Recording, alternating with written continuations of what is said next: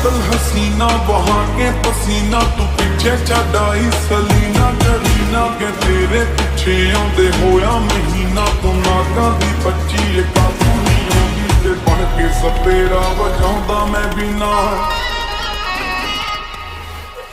केड़े खेत विच लगी केड़ी कणक दा नी तू आटा छकदी ऐ tight tight short loose loose टी शर्टां ना कहर नूं ढकदी ऐ शेर तेरे लक दी मार तेरी अख दी जिवें मैनूं पकदी ऐ